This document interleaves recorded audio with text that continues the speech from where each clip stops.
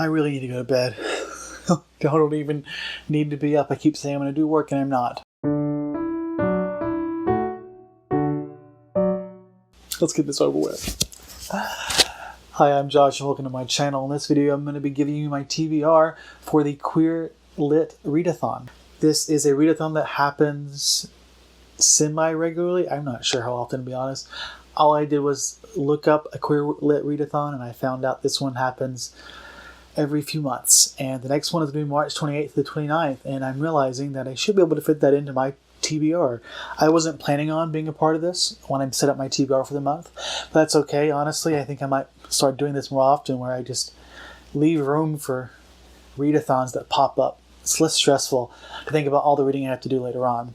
I'm excited to be doing this because I have a very ambitious TBR for this readathon. It's a Saturday and Sunday, so it's not long at all. Given the fact that we have social isolation, I think this is doable. Very, very doable.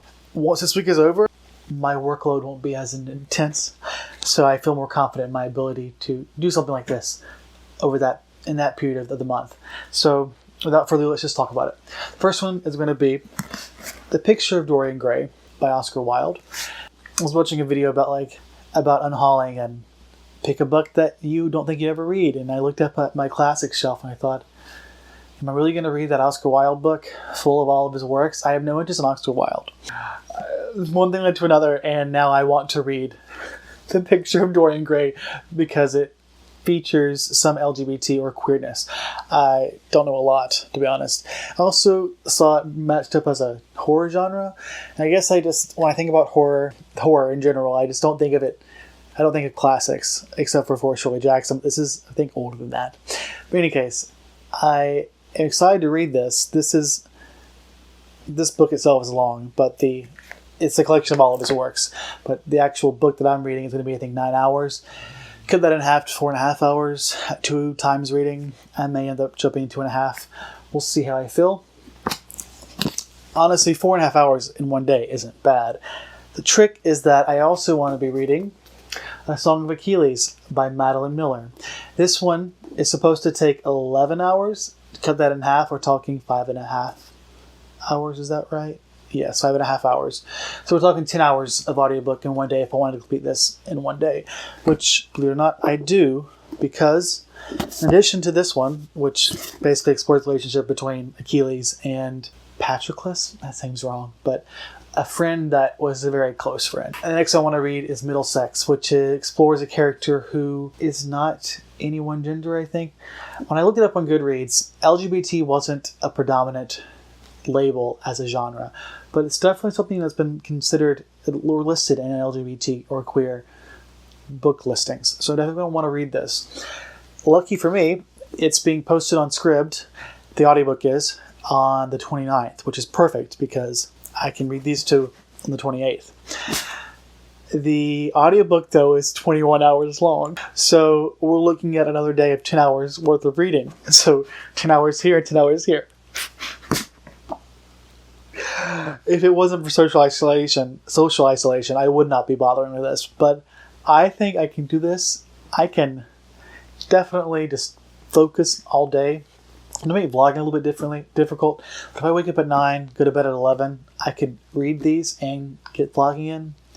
This might fall apart. I don't know. I think it'll be fun just to try.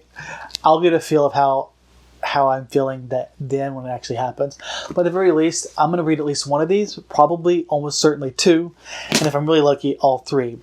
Now the reason I'm doing this is because I've started to think about my TBRs and how I keep pushing for maximum, not because I feel like I have to, but more that there are so many books I own that I want to read, and I keep buying more. And it's like, I recognize the longer I take to read these, the longer it's going to take to read the rest of them. And so I think I have to go to as many as I can. It gets stressful. So I'm going to try to start setting up a limit for myself on my TBRs where I can only set 15 books, maybe about 15 books. We'll see how that works out when I make my April TBR. But this way, it's definitely manageable because it seems to be I can read 20 books in a month. But the fact that I can do that doesn't mean it doesn't get exhausting, because it's more like I want to read all these books, and then I plan for that, And then I have to acknowledge the fact that that requires nonstop focus and a strict pattern to my day, which it's nice to have the freedom not to do that. And realistically, I may still stick to that. I mean, the only reason I started this was because I found myself naturally doing that. But now that I have to do it, it's much more stressful. So I figure I'll cut that down by a few, looking at 15, and then maybe stuff like this will pop up. I'll notice there's a readathon coming up, and then I'll find time to throw in some other books. And I might still reach 20, but it's not about that. It's about not setting myself up to be just stressed out all month. So I'm excited for this. I'm excited to see that it's the end of the month. It's perfect timing to fit in between this and my next month TBR. As far as where I'm at this month, I still have like 7 or 6 books left. I have 4 books I'd like to read this week or finish reading this week. I'm confident I can finish these this week. I'm pretty sure I can fit in a second or a fourth bigger book, which will be either Her Body and Other Parties by Carmen Maria Marchetto, or I Crawl Through It, one of these. And then the next week, I'll read whichever one of these two I don't read. And Glass Universe. Even if I pace myself for the first 4, I should have plenty of time to read all those and still have days to spare. Now, I still have NetGalley arcs to read. I'm 30% through the Glass Universe. I'm enjoying it. Pretty sure I'll finish it this week on time to review it by the 24th. I may end up pushing back a few. I had 4 I wanted to read. I'm probably going to push back a couple that are coming out in April. I don't remember. It's not important.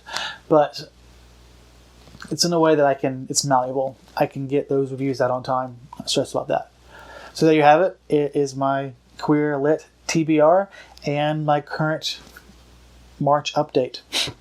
I almost wasn't going to upload anything this week or middle of the week because I had so much going on, but then I came across this Queer Lit Readathon, and I'm really glad I did because this is an easy thing for me to talk about how my reading's going along and to fit in more reading, which is what I want to do, except I can do it in a way that's less stressful.